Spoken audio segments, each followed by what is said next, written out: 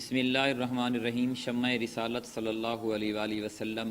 پہلی بیعت عقبہ ہم نے کل پڑھی تھی،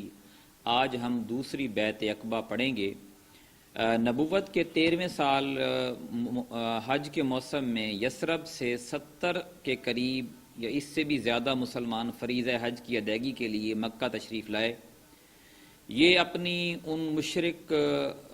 حاجیوں میں شامل ہو کر آئے تھے اور ابھی یثرب ہی میں تھے یا مکہ کے راستے ہی میں تھے کہ آپس میں ایک دوسرے سے پوچھنے لگے کہ ہم کب تک رسول اللہ صلی اللہ علیہ وسلم کو یوں ہی مکے کے پہاڑوں میں چکر کاٹتے، ٹھوکریں کھاتے اور خوف زدہ کیے جاتے چھوڑیں گے۔ پھر جب یہ مسلمان مکہ پہنچ گئے تو در پردہ نبی صلی اللہ علیہ وسلم کے ساتھ سلسلہ اور رابطہ شروع کیا اور آخر کار اس بات پر اتفاق ہو گیا کہ دونوں فریق ایام تشریق کے درمیانی دن یعنی 12 ذوالحجہ کو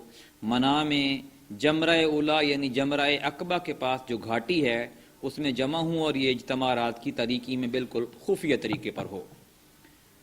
حضرت کعب بن مالک رضی اللہ عنہ فرماتے ہیں کہ ہم لوگ حج کے لیے نکلے، رسول اللہ صلی اللہ علیہ وسلم سے ایام تشریق کے درمیانی روز عقبہ میں ملاقات طے ہوئی اور بالآخر وہ رات آ گئی جس میں رسول اللہ صلی اللہ علیہ وسلم سے ملاقات طے تھی۔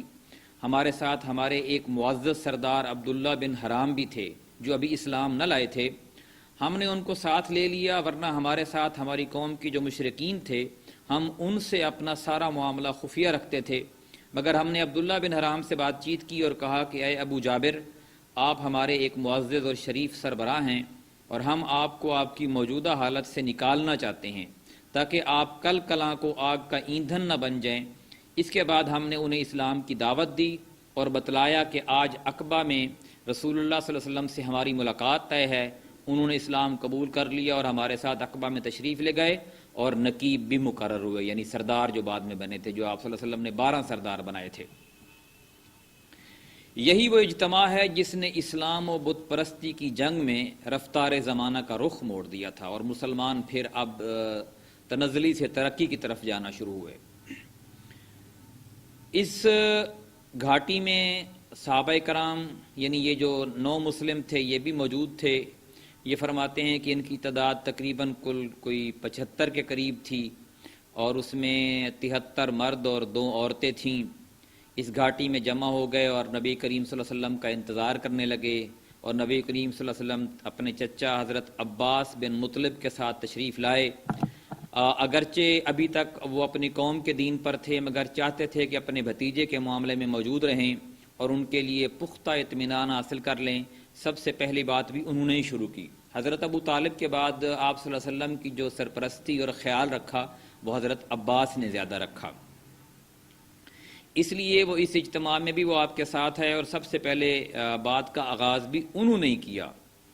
مجلس مکمل جب ہوئی تو دینی اور فوجی تعاون کے عہد و پیمان کو قطعی اور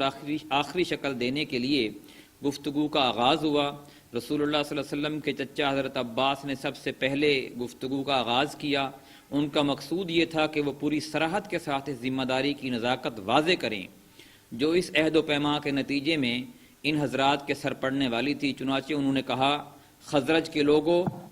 عام اہل عرب انصار کے دونوں ہی قبیلے یعنی خزرج اور اوس کو خزرج ہی کہتے تھے۔ ہمارے اندر محمد صلی اللہ علیہ وسلم کی جو حیثیت ہے وہ تمہیں معلوم ہے۔ ہماری قوم کے جو لوگ دینی نقطہ نظر سے ہمارے ہی جیسی رائے رکھتے ہیں،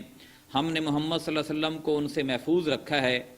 وہ اپنی قوم اور اپنے شہر میں قوت و عزت اور طاقت و حفاظت کے اندر ہیں،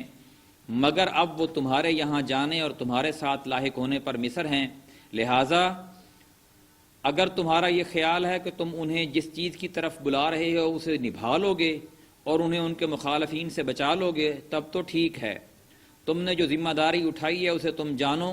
لیکن اگر تمہارا یہ اندازہ ہے کہ تم انہیں اپنے پاس لے جانے کے بعد ان کا ساتھ چھوڑ کر کنارہ کش ہو جاؤ گے تو پھر ابھی سے انہیں چھوڑ دو، کیونکہ وہ اپنی قوم اور اپنے شہر میں بہرحال عزت و حفاظت سے ہیں۔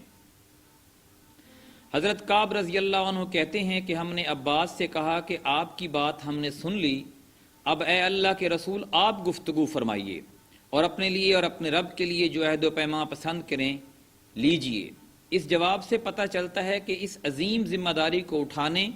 اور اس کے پرخطر نتائج کو جھیلنے کے سلسلے میں انصار کے عزم محکم شجاعت و ایمان اور جوش اور اخلاص کا کیا حال تھا۔ اس کے بعد رسول اللہ صلی اللہ علیہ وسلم نے گفتگو فرمائی اور آپ نے پہلے قرآن کی تلاوت کی، اللہ کی طرف دعوت دی اور اسلام کی ترغیب دی۔ اس کے بعد بیعت ہوئی۔ بیعت کا واقعہ امام احمد بن حنبل نے حضرت جابر رضی اللہ عنہ سے تفصیل کے ساتھ روایت کیا ہے۔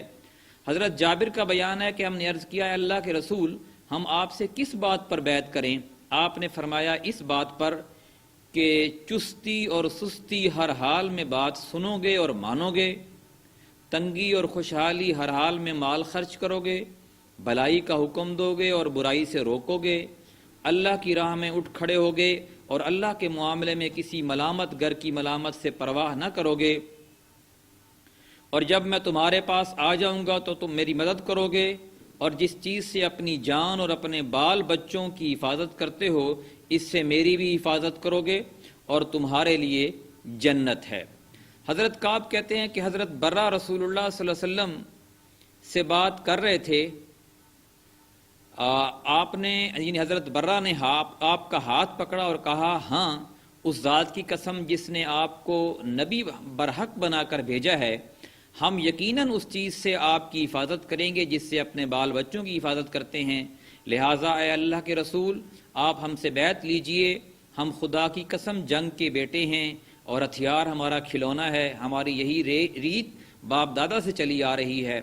حضرت کعب کہتے ہیں کہ حضرت برہ رسول اللہ صلی اللہ علیہ وسلم سے بات کر ہی رہے تھے کہ ابو الہیشم بن تیہان نے بات کاٹتے ہوئے کہا، اے اللہ کے رسول، ہمارے اور کچھ لوگوں یعنی یہود کے درمیان عہد و پیمان کی رسیاں ہیں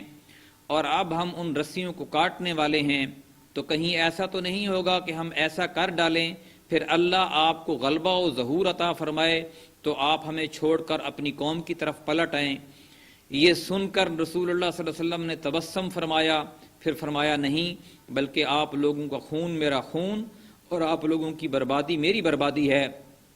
میں آپ سے ہوں اور آپ مجھ سے ہیں، جس سے آپ جنگ کریں گے اس سے میں جنگ کروں گا اور جس سے آپ صلح کریں گے اس سے میں صلح کروں گا۔